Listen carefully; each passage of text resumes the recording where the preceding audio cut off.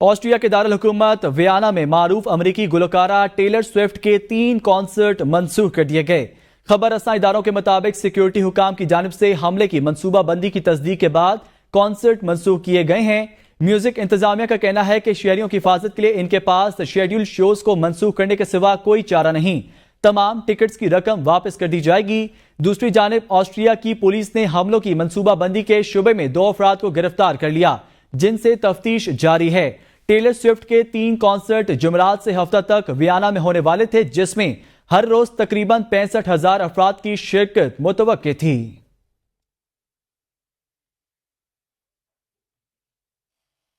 پاکستانی طلبہ نے پہلے بین الاقوامی نیوکلیئر سائنس اولمپیاڈ میں چاندی اور کانسی کے تمغے جیت لیے۔ ترجمان پاکستان اٹامک انرجی کمیشن شاہد ریاض خان کے مطابق پہلا نیوکلیئر سائنس اولمپیاڈ فلپائن میں منعقد ہوا۔ پاکستانی طلبہ سلیمان نعمان اور سبحان کاشف نے سلور میڈل حاصل کیا، جبکہ احبان اوان اور قاسم سلام نے کانسی کا تمغہ جیتا ہے۔ ترجمان پاکستان اٹامک انرجی کمیشن نے کہا کہ طلبہ ٹیم کی تربیت پاکستان اٹامک انرجی کمیشن کی یونیورسٹی میں ہوئی تھی۔ ترجمان کے مطابق جن طلبہ نے کامیابی حاصل کی ان کا تعلق کراچی، لاہور اور راولپنڈی سے ہے۔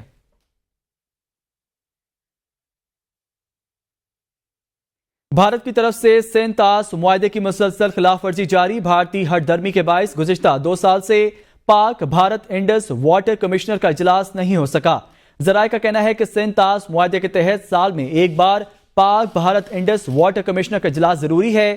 ذرائع کے مطابق پاکستان کے Indus water commissioner Mehr Ali Shah کی طرف سے بھارتی ہم منصب کو اجلاس کے لیے متعدد بار لکھا گیا، تاہم بھارتی انڈس واٹر کمشنر نے پاکستان کو کوئی جواب نہیں دیا۔ انڈس واٹر کمشنرز کا اجلاس آخری بار نئی دہلی میں 30 اور 31 مئی 2022 کو ہوا تھا۔ معاہدے کے تحت انڈس واٹر کمشنر کا اجلاس پاکستان اور بھارت میں باری باری ہونا ہوتا ہے۔ اجلاس کا مقصد باہمی تعاون سے 2 طرفہ تحفظات کو حل کرنا ہوتا ہے۔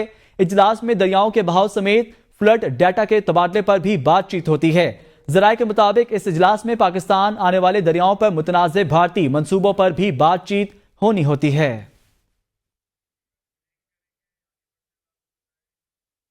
آگے بڑھیں اور آپ کو بتائیں، بانی پی ٹی آئی نے ثانیہ 9 مئی پر مشروط معافی مانگنے کا اعلان کر دیا۔ بانی پی ٹی آئی نے کہا پہلے 9 مئی کی فوٹیج سامنے لائی جائے، سی سی ٹی وی فوٹیج میں ہمارا جرم ثابت ہوا تو معافی مانگوں گا۔ ہم ثانیہ 9 مئی کے متاثرہ ہیں، انصاف چاہتے ہیں۔ بانی پی ٹی آئی کا کہنا تھا کہ فوج بات نہیں کرنا چاہتی تو نہ کرے، ہم بھی نہیں کریں گے۔ بانی پی ٹی آئی نے کہا بنگلہ دیش کے بعد پاکستان میں کچھ برا ہونے جا رہا ہے۔ ثوابی جلسے نے ثابت کر دیا عوام کیا چاہتے ہیں۔ بانی پی ٹی آئی نے کہا نواز شریف، شہباز شریف، آصف زرداری اور میرا نام ای سی ایل میں ڈالا جائے، محسن نقوی کی اہلیہ کا نام بھی ای سی ایل میں ڈالا جائے۔ 20 سیٹوں والی جماعت کو دھاندلی زدہ الیکشن سے ہم پر مسلط کر دیا گیا، ہمیں الیکشن نہیں لڑنے دیا گیا اور پارٹی پر پابندی لگا دی گئی۔ ہم فارم 47 والی حکومت سے کسی صورت بات نہیں کریں گے۔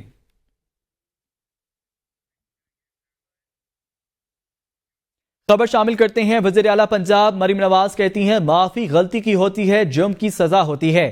اپنے ہی ملک پر حملہ کرنے کو دہشت گردی کہتے ہیں، غلطی نہیں۔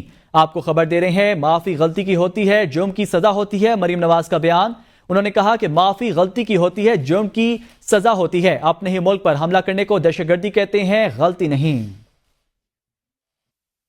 بانی تحریک انصاف کے معافی مانگنے کے بیان پر عمر ایوب نے کہا بانی تحریک انصاف نے سی سی ٹی وی فوٹیج سامنے لانے کا مطالبہ کیا ہے۔ سی سی ٹی وی فوٹیج جن کے پاس ہے ان سے پوچھیں وہ کیوں نہیں دے رہے۔ ہمارے نام تو پہلے ہی ای سی ایل میں ہیں۔ حسینہ واجد تو ہیلی کاپٹر پر بھارت چلی گئیں، لاہور سے ہیلی کاپٹر سے امرتسر جایا جا سکتا ہے۔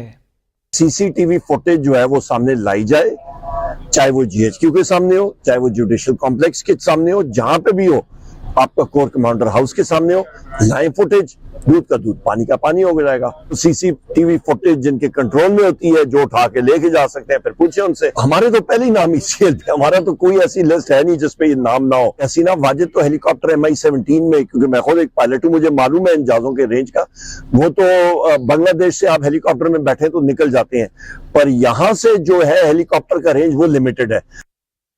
لیگی سینیٹر طلال چودھری کا بانی چیئرمین پی ٹی آئی کی مشروط معافی کے بیان پر رد عمل، کہتے ہیں ثانیہ 9 مئی کا اعتراف جرم کرنے والا اب ثبوت مانگ رہا ہے۔ طلال چودھری کا کہنا تھا کہ بانی پی ٹی آئی کبھی گریباں پکڑتے ہیں اور کبھی پاؤں۔ مشروط معافی مانگنے سے بہتر ہے کہ غیر مشروط معافی مانگ لی جائے۔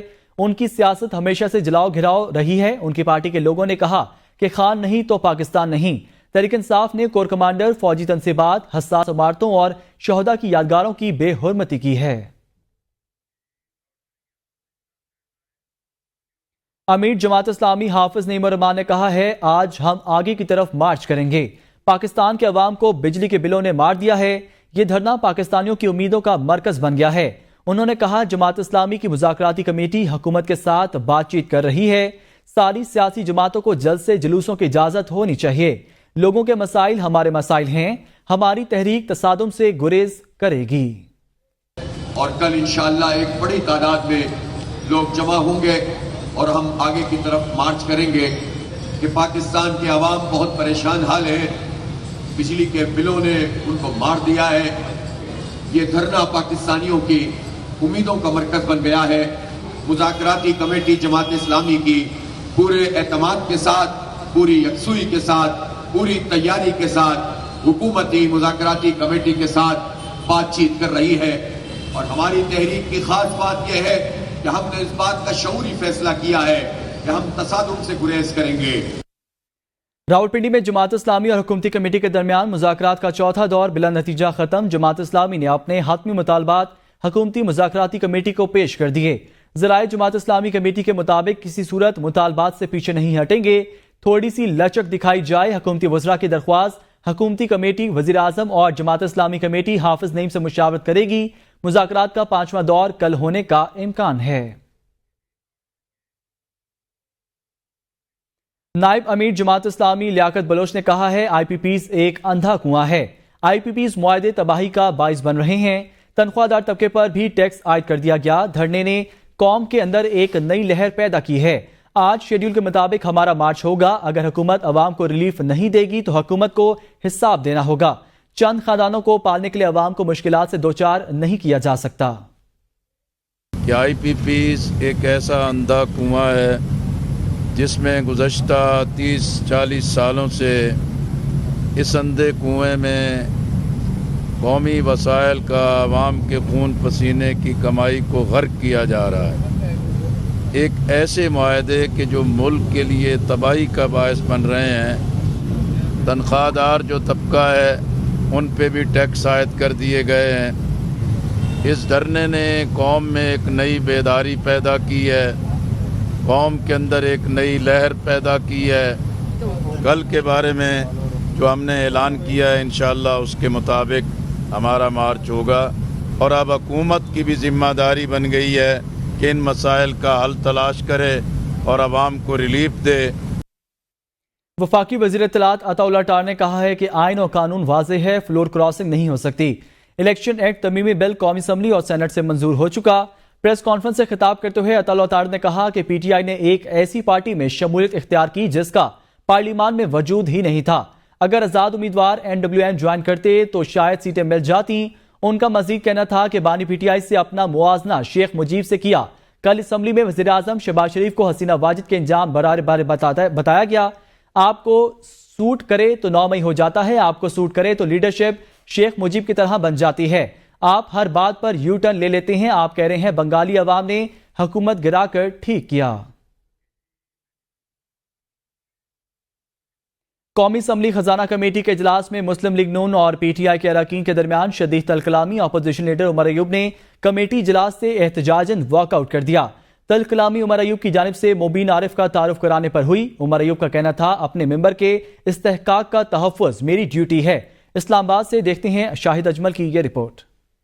قومی اسمبلی کی قائمہ کمیٹی برائے خزانہ کے چیئرمین سید نوید قمر کی صدارت میں کمیٹی کا اجلاس پارلیمنٹ ہاؤس میں منعقد ہوا۔ پاکستان تحریک انصاف کے رکن مبین عارف ویڈیو لنک کے ذریعے اجلاس میں شریک ہوئے۔ اپوزیشن لیڈر عمر ایوب خان نے اپنے رکن کا تعارف کراتے ہوئے کہا کہ یہ ہمارے MNA مبین عارف ہیں جن پر ایجنسیز دباؤ ڈال رہی ہیں۔ مبین عارف اس وجہ سے کمیٹی اجلاس میں بھی شریک نہیں ہو سکے، جس پر لیگی رکن بلال اظہر کیانی نے کہا کہ یا تو یہاں سیاست کر لیں یا کمیٹی کی کارروائی پر چلیں، جس پر عمر ایوب خان طیش میں آ گئے اور کہا کہ یہ رویہ ناجائز ہے، ہم کمیٹی سے بائیکاٹ کر رہے ہیں۔ پیپلز پارٹی کے رکن مرزا اشتیاق بیگ نے کمیٹی روم سے باہر جا کر عمر ایوب خان کو منانے کی کوشش کی۔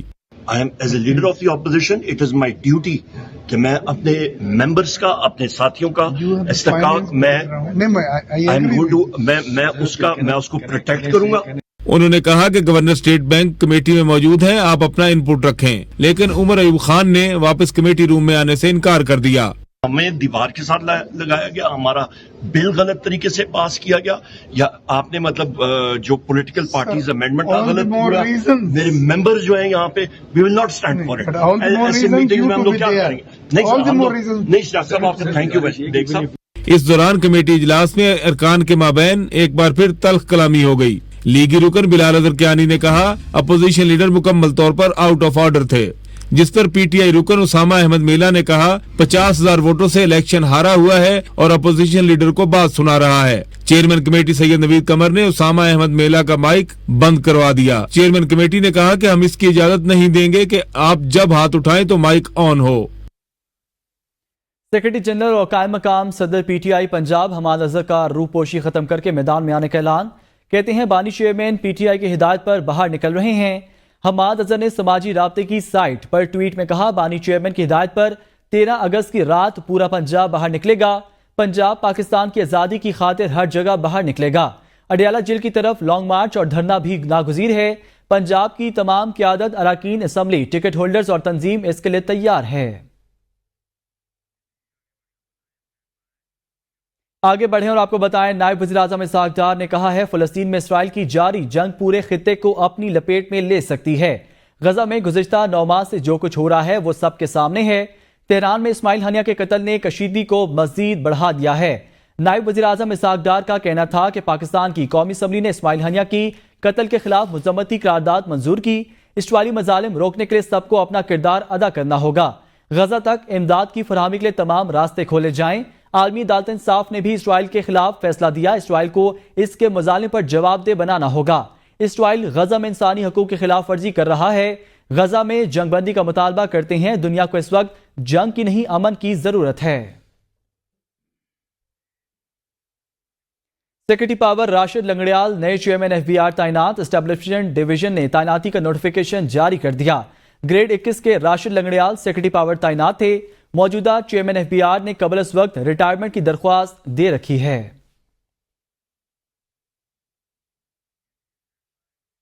آئی ایم ایف کے ایگزیکٹو بورڈ اجلاس سے قرض منظوری کے معاملے پر اہم پیش رفت۔ پاکستان کو 3 سال میں 3 سے 5 ارب ڈالر تک کے فائنانسنگ گیپ کو پورا کرنے میں اہم کامیابی۔ چین، سعودیہ اور یو اے ای نے قرض کی مدت میں توسیع کی یقین دہانی کرا دی ہے۔ وزارت خزانہ حکام کے مطابق رواں سال دوست ممالک کو 12 ارب ڈالر کی ادائیگیاں کرنی ہیں۔ پاکستان کے ذمے سعودی عرب کا 5 ارب ڈالر کا قرض واجب الادا ہے۔ چین کا 4 ارب اور متحدہ عرب امارات کا 3 ارب ڈالر کا قرض واجب الادا ہے۔ پاکستان نے چین سے پاور پلانٹس کے لیے بھی قرض میں ریلیف کی درخواست کی ہے۔ آئی ایم ایف کے ایگزیکٹو بورڈ کا اجلاس رواں ماہ کے آخر میں متوقع ہے۔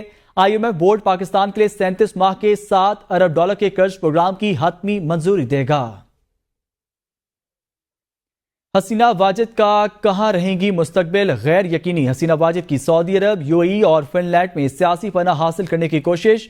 بھارتی میڈیا کے مطابق حسینہ واجد کو برطانیہ میں سیاسی پناہ ملنے کا کوئی امکان نہیں۔ برطانیہ شیخ حسینہ واجد کے خلاف بین الاقوامی تحقیقات کا مطالبہ کر سکتا ہے۔ بھارتی میڈیا کے مطابق حسینہ واجد یورپ کے ملک فن لینڈ جا سکتی ہیں۔ حسینہ واجد کا بھانجا رضوان مجیب فن لینڈ میں رہتا ہے۔ حسینہ واجد نے بنگلہ دیش سے فرار کے بعد امریکہ کے ویزے کی درخواست کی جو مسترد ہو گئی۔ امریکہ نے بطور وزیر اعظم حسینہ واجد کو ملا ویزا بھی منسوخ کر دیا۔ بنگلہ دیش کی نئی حکومت حسینہ واجد کی واپسی کا مطالبہ کر سکتی ہے۔ حسینہ واجد دہلی میں بیٹی کے گھر منتقل ہو گئیں۔ بیٹے سجیب واجد کے مطابق حسینہ واجد کی طبیعت ٹھیک ہے لیکن وہ صدمے میں ہیں۔ ہم سوچ بھی نہیں سکتے تھے کہ بنگلہ دیش کی عوام ہمارے خاندان کے ساتھ ایسا سلوک کریں گے۔ ابھی کوئی فیصلہ نہیں ہوا کہ حسینہ واجد کس ملک جائیں گی۔ سجیب واجد کے مطابق حسینہ واجد امریکہ کا ویزا منسوخ ہونے کی بات صرف افواہ ہے۔ حسینہ واجد نے 1 دن پہلے اقتدار چھوڑنے کا فیصلہ کر لیا تھا، تاہم وہ آئینی طریقے سے اقتدار کی منتقلی چاہتی تھیں۔ جب ہجوم وزیراعظم ہاؤس کی طرف بڑھا تو پھر حسینہ واجد کو فوری ملک چھوڑنا پڑا۔ اب میں یا ہمارے خاندان کا کوئی فرد سیاست میں نہیں آئے گا۔ ہمارے خاندان کے خلاف تیسری مرتبہ بغاوت ہوئی۔ والدہ کے سوا سارا خاندان طویل عرصے سے بنگلہ دیش سے باہر رہ رہا ہے۔ خبر شامل کریں، سابق وزیر اعظم خالدہ ضیاء نے بنگلہ دیشی عوام پر زور دیا وہ ایسے جمہوری بنگلہ دیش کی تعمیر کریں جہاں تمام مذاہب کا وقار برقرار ہو۔ رہائی کے بعد پہلے ویڈیو پیغام میں خالدہ ضیاء نے کہا ہم آج اس فاشسٹ حکومت سے آزادی حاصل کرنے کے قاتل ہوئے ہیں. میں اس دوران جانوں کا نذرانہ پیش کرنے والوں کو خراج تحسین پیش کرتی ہوں. ہمیں اس جیت کے بعد نیا بنگلہ دیش تعمیر کرنا ہے جہاں طلبہ اور نوجوان ہماری امید ہوں. انہوں نے مذہبی اقلیتوں پر حملوں سے متعلق خبردار کرتے ہوئے کہا ہمیں ایسے جمہوری بنگلہ دیش کی تعمیر کرنی ہے جہاں تمام مذاہب کی عزت ہو. نوجوان اور طلبہ ایسا ممکن بنائیں. ایسا بنگلہ دیش بنانا ہے جہاں امن، ترقی، خوشحالی ہو، جہاں بدلے کی آگ اور نفرت موجود نہ ہو.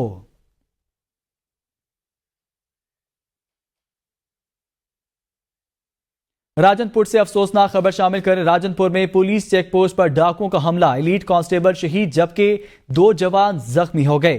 آئی جی پنجاب ڈاکٹر عثمان نواز نے نوٹس لیتے ہوئے آر پی او اور ڈی جی خان سے رپورٹ طلب کر لی. ترجمان پنجاب پولیس کا کہنا ہے تھانہ بنگلہ اچھا چوکی روانڈا موڑ پر ڈاکوؤں کی جانب سے چھپ کر فائرنگ کی گئی. فائرنگ کے نتیجے میں کانسٹیبل حاجی محمد شہید، اے ایس آئی محمد صدیق اور کانسٹیبل رفیق زخمی ہو گئے. زخمی جوانوں کو شیخ زید ہسپتال رحیم یار خان منتقل کر دیا گیا. کراچی پولیس کا اغوا برائے تاوان کا ایک اور کیس سامنے آ گیا. تاجر حاجی شہزاد عباسی کا اغوا اور رشوت وصولی کے بعد رہائی. حاجی شہزاد عباسی نے الزام لگایا ہے 6 جولائی کو قیوم آباد سی ایریا سے سادہ کپڑوں میں ملبوس پولیس والوں نے اغوا کیا. 4 مسلح افراد دروازہ کھول کر گاڑی میں بیٹھے. اسلحے کے زور پر قیوم آباد پولیس چوکی لے جایا گیا. میرے پاس 55,000 روپے موجود تھے. 5 لاکھ روپے گھر سے منگوا کر دیے. عدالتی حکم کے باوجود پولیس اہلکار مقدمہ درج نہیں کر رہے. یہ 6 تاریخ کا واقعہ ہے. میں چاول کا تاجر ہوں اور طارق روڈ میں میرا آفس ہے. میں وہاں سے نکلا ہوں. میں نے اپنے ایک نوکر کو رابطہ کیا. میں نے کہا مجھے بکرا لینا ہے اور میں اس کے لیے قیوم آباد گیا ہوں سی ایریا. تو وہاں سے مجھے 4 سے 5 نامعلوم افراد سول میں تھے. انہوں نے میری گاڑی پہ پسٹل کے بس سے آ کے میرے شیشے پہ مارا اور میں نے جب شیشہ کھولا تو لاک کھول کے اندر گھس گیا اور مجھے کہا سیدھا لے لو. تو میں یہ سمجھا کہ شاید یہ ڈکیت ہیں، یہ کون ہے. میں ان کے کہنے پہ سیدھا لیا اور یہ مجھے چوکی لے گئے. چوکی جا کر کے انہوں نے میرے آنکھوں پہ پٹی باندھ دی اور میرے ملازم کو الگ بند کر دیا، مجھے الگ بند کر دیا، شدت کیا اور اس کے کہا آپ 10 لاکھ روپے منگواؤ. تو میں 10 لاکھ روپے سے انکاری تھا. پھر یہ میرے پاؤں کے ناخون نکالنا انہوں نے اسٹارٹ کر دیا. میں نے کہا آپ میرے پاؤں کے ناخون نہ نکال، میں آپ کو پیسے منگوا کے دیتا ہوں. پھر ہماری 5 لاکھ روپے میں طے پائی. انہوں نے اپنے 2 بندے سول سادہ لباس میں میرے ساتھ میری گاڑی میں بھیجے. ڈاکٹر شاہد صدیق قتل کیس میں مزید اہم پیش رفت ہوئی ہے. مرکزی ملزم قیوم شاہد کا دوست شہریار خاندانی مجرم نکلا. شہریار کا والد اور چچا بھی سابقہ ریکارڈ یافتہ ہیں. باپ، بیٹا اور چچا پر چوری وغیرہ کے مقدمات درج ہیں. دوسری جانب ڈاکٹر شاہد صدیق قتل کیس میں ملزم کی گرل فرینڈ کو بھی شامل تفتیش کیا گیا ہے.